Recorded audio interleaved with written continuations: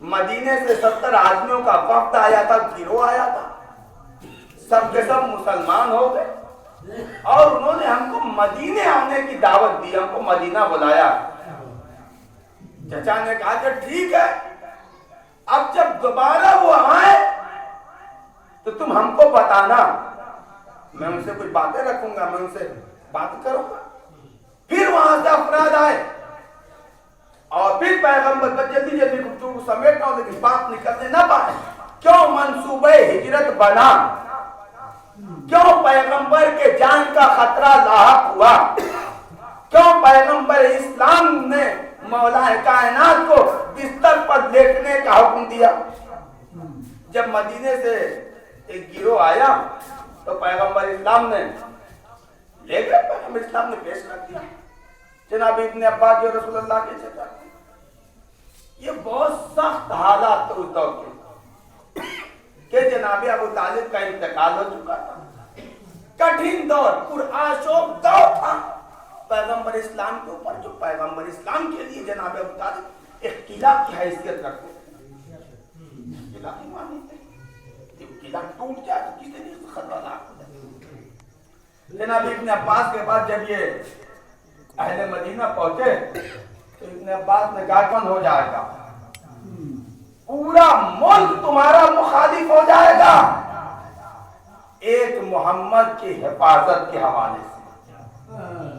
عزیزو وہ دور اور یہ دور ملا کے دیکھیے، اس دور جو محمد کی حفاظت کرنے والا تھا، سارا ملک اس کا دشمن ہو گیا تھا۔ آج جو شریعت محمدیہ کی حفاظت کرنے والا ملک ہے، ساری دنیا کا ملک اس کا دشمن ہو گیا ہے۔ صلوات پڑھیے پر محمد، مل جل کے صلوات پڑھیے پر محمد۔ تم لوگ پریشان نہ ہو، جیسے اب تک ہم محمد کی حفاظت کرتے آئے ہیں ویسے ہی ہم محمد کی حفاظت کرتے رہیں گے، تم لوگ پریشان نہ ہو۔ اب یہ کہنا تھا کہ عرب کا خون تھا، مدینے والوں میں جوش آ گیا۔ ارے آپ کیسی باتیں کر رہے ہیں؟ اپنے خون کے آخری قطرے تک ہم پیغمبر اسلام کی حفاظت کریں گے، محمد کے جان کی حفاظت کریں گے، کوئی آنچ نہیں آنے دیں گے۔ بس ہمارے لیے شرف ہوگا کہ آپ مکہ سے مدینے آ جائیے، ہجرت کر جائیے۔ کہا اچھا ٹھیک ہے۔ جیسے ہی ان کی دعوت کو قبول کیا وہیں سے ہجرت کا سلسلہ شروع ہو گیا۔ توجہ فرمائیے آپ، پیغمبر اسلام نے دھیرے دھیرے اپنے اصحاب کو بھیجنا شروع کر دیا۔ 5 افراد گئے، 10 افراد گئے، 20 افراد گئے، دھیرے دھیرے مکہ خالی ہو رہا تھا، مدینے میں مبلغ اسلام پہنچ رہے تھے۔ جیسے ہی اس کی خبر مکہ کے کافر و مشرک کو ہوئی وہیں سے پیغمبر اسلام کے جان کے دشمن ہو گئے۔ تو معلوم یہ ہوا کہ منصوبہ ہجرت پہلے بنا، جان کا خطرہ بعد میں نہ۔ صلوات پر محمد۔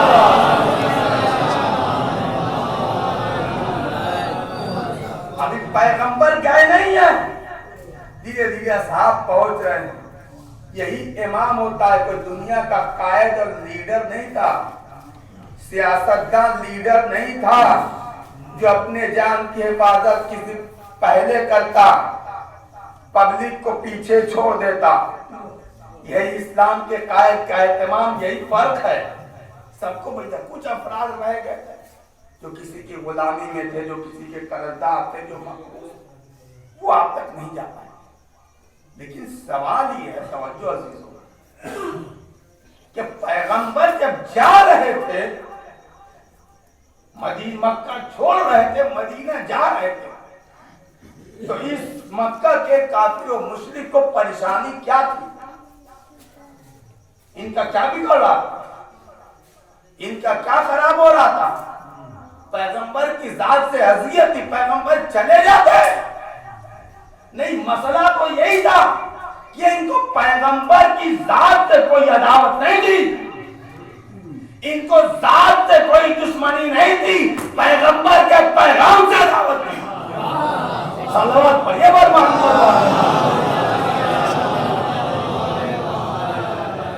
پیغمبر کی ذات سے دشمنی ہوتی تو پیغمبر کے پاس اپنی امانتیں لا کے رکھواتے ہیں، پیغمبر کو صادق و امین کہتے ہیں، پیغمبر کو سچا کہتے ہیں۔ ان کو پیغمبر کی ذات سے عداوت نہیں تھی، پیغمبر کے پیغام سے عداوت تھی۔ جیسے ہی مکہ خالی ہو رہا تھا ان کو معلوم ہو گیا، اسی دور سے اسی وقت سے اس مکہ کے سنجیدہ بزرگ اور تجربے کار افراد نے بیٹھ کر دارالندوہ میں، تاریخ کے الفاظ ہیں، دارالندوہ میں میٹنگ کرنا شروع کر دیا۔ دارالندوہ کی تاریخ یہی ہے، اسی بات پر بنیاد رکھی گئی، میٹنگ ہونا شروع کر دیا، پلاننگ بنانا شروع کر دیا۔ کیا؟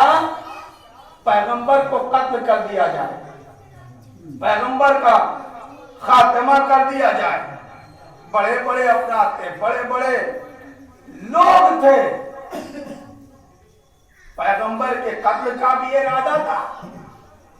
یہاں آل بنی خاندان بنی ہاشم کا خوف اور ڈر بھی ستائے ہوئے تھا کہ اگر پیغمبر کا خاتمہ کر دیا، پیغمبر کو قتل کر دیا تو پھر خاندان بنی ہاشم سے انتقام کون لے گا؟ خاندان بنی ہاشم اس کو زمین پر زندہ نہیں چھوڑا۔ ایک بڑے سن رسیدہ بزرگ تجربہ کار کافر نے یہ کہا کہ ایسا ہے کہ پیغمبر کو کوئی ایک آدمی قتل نہیں کرے گا، سارے لوگ مل کر بیک وقت حملہ کریں تاکہ خون سارے قبیلوں پر تقسیم ہو جائے، بٹ جائے۔ پھر خاندان بنی ہاشم کس کس سے انتقام لے گا، کس کس سے بات لے گا۔ بات طے ہو گئی، دارالندوہ میں یہ بات مسلم ہو گئی، طے ہو گئی کہ پیغمبر کو سارے خاندان، سارے قبیلے کے لوگ مل کر بیک وقت قتل کر دیں گے۔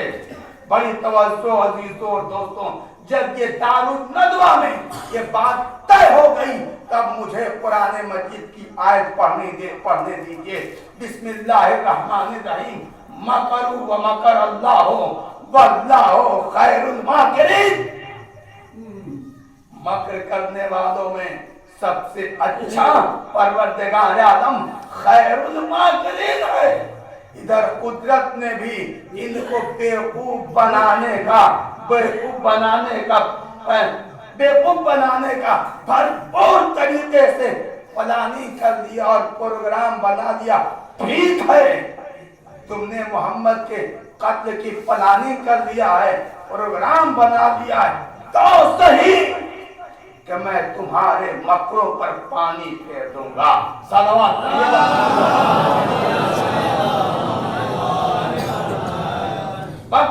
آخر میں دوہرا دے رہا ہوں کہ مکروا ومکر اللہ واللہ خیر الماکرین۔ اللہ خیر ماکرین، اچھا ماکرین۔ پھر کیا ہوا؟ حکم پروردگار ہوا، یا رسول اللہ آپ گھبرائیے نہیں، خوف زدہ نہ ہوئیے، آپ اپنے بستر پر علی کو لٹا کر مکہ سے مدینے ہجرت کر جائیے۔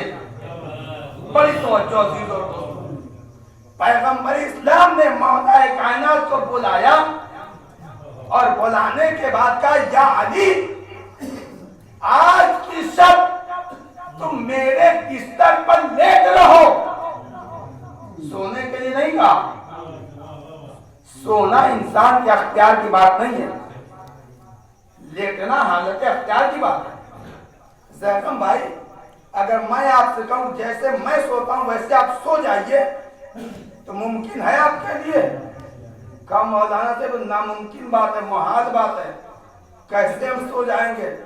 آپ سونے میں آپ کا ہاتھ کدھر جاتا ہے، پیر کدھر جاتا ہے، آپ کس انداز سے سوتے ہیں، آپ کی کیفیت کیا ہوتی ہے؟